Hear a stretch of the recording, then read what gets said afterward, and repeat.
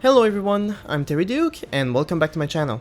On this channel I've covered the Mount & Blade games extensively, especially the mods, but until now there was one game in the franchise that I avoided, Mount & Blade with Fire and Sword. I never really knew what it was, I figured it was a paid Warband DLC and not much else. But when you look at the store page on Steam, it's not a DLC, it's being sold as its own game. So what is with Fire and Sword, and is it actually worth a try in 2023? Well, that's the question I aim to answer in this review, so if this helps you out, you can also help me out by subscribing to the channel. I'm still far from making this a full-time job, so every bit helps.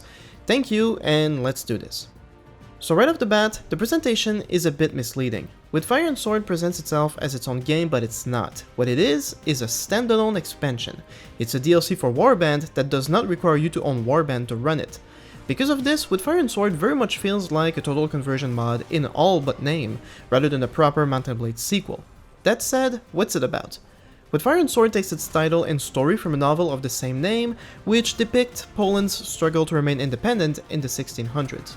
So in Fire and Sword, the map centers around Eastern Europe, with Ukraine in the south, Russia in the east, Sweden in the north, and Poland at the center. The time period as well as the culture is reflected accordingly with new scenery and items. And that's about it broadly. But at 11 Canadian dollars at full price, what unique features, if any, does Fire and Sword bring to the table? Well, the big one is guns, muskets, pistols, and grenades. If you played any gun mod on Warband, you can basically give credit to Fire and Sword for actually introducing the mechanics and animations. And here, it works about as well as you'd expect. Guns are slow to reload, and they're not fully accurate, but they are deadly. Along with guns came the firing line formation, which is as satisfying as it can get. Besides adding guns, battles are essentially the same, but sieges have seen some improvements. You now have several options for attacking. You can poison the water supply to thin out the garrison before your assault, but you can also choose between swarming the walls with ladders or creating a breach with explosives. Explosives make it easier to attack, but in my experience, explosives don't always work and you have to keep trying. You can also bribe the castle commander to open the gates for you, allowing the castle to be captured more easily. Overall, sieges are way more dangerous because of firearms, but they add a bit of variety that makes them slightly less tedious than Warband sieges. But one of the most noticeable gameplay changes I like the most is the addition of mercenary camps scattered across the map. In these camps, you can hire many mercenaries at a time for relatively cheap, and the mercenaries' culture is tied to the country it's settled in, so for example, going to a mercenary camp in Poland will give you Polish mercenaries. The only weird thing is that mercenaries only get very basic equipment that they retain even as they level up. This is actually part of a core feature which allows you to customize your troops. To do so, you can buy upgrades in the mercenary camp by choosing all the armor and weapons of each mercenary type. It's a bit confusing and definitely makes everything more expensive, but the cool thing about it is that mercenaries will always have that equipment, even the ones hired after making the changes, and they will have that gear whether they are rookies or elite. So in Fire and Sword, there's definitely more incentive to hire mercenaries rather than peasant recruits. The last big thing that Fire and Sword adds is a story campaign. The game offers 3 main quests based on which of the 3 main factions you choose to support: the Poles, the Russians, or the Cossacks.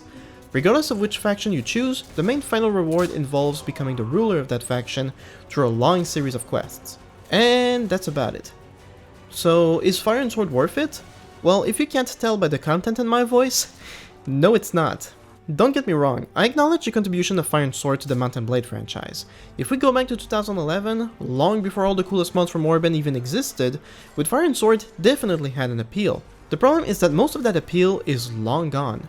It may have sold itself as a standalone expansion, but it is so structurally similar to Warband that its biggest appeal, Firearms, was quickly ported back to Warband by the modders. And nowadays, if you want a solid gun mod on Warband, there are plenty of them, many of which I would consider better than with Fire and Sword. I can think of maybe 2 reasons for why you'd still want to buy Fire and Sword today.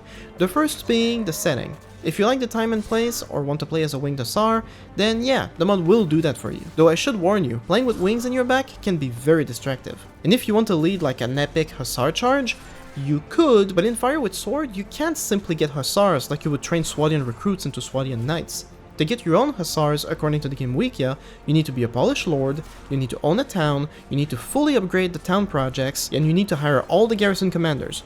After all that, you need to wait for the winged hussars to spawn in your garrison every few days. It's a pain in the butt in my opinion, but it might be worth it for you. The other reason to play the game is to play the campaign itself. And it is pretty cool that they have 3 campaigns. That means they add a bit of replayability, you know, you choose one faction in one game and then try out with the other. But I'd argue there are many free mods with better stories. In fact, I made a video about it just recently. The camping options in Fire and Sword are interesting, but I would not say it's memorable. There's no huge twists, the companions aren't really involved, and there is even an active risk that the campaign breaks if certain things happen on the world map at the wrong time. Not to mention, there's no direct way of getting started with any of the main quests right away. Each quest requires that you have +10 relation with the main faction, but also you can't be aligned with them prior to starting. So good luck getting that +10 if you can't be a mercenary or a lord. Enjoy escorting caravans for a bit, I guess. If you're willing to pay to experience a story in Mount and Blade, I would suggest you get the Viking Conquest DLC instead. The story has more intrigue and drama to it, it involves the companions more, and the DLC is overall way better, adding more stuff. I guess one thing that could have made this game more appealing is the fact that having it as a standalone expansion allows it to be independently modded. That is, mods could be made exclusively for With Fire and Sword. Sounds great in theory, but if you go on ModDB, there's only a single page worth of mods, going down to 2013. Not saying some of these mods aren't interesting, but again, as soon as modders grabbed the gun mechanic, there was no reason to mod With Fire and Sword anymore. But anyway, to sum it up, With Fire and Sword would have probably been awesome in 2011, but much like the Winged Hussars themselves, it's pretty much become obsolete. But if you've already played it, I'm curious what you think, so feel free to tell me in the comments. For anyone else, thanks for watching, that's all there is for today. As I said earlier, I've been trying to make YouTube my full-time job for nearly 2 years now, and I'm still pretty far from achieving this. So you wanna help, you can like, subscribe, comment, just share the videos around, everything helps. Thanks again, and I'll see you next time.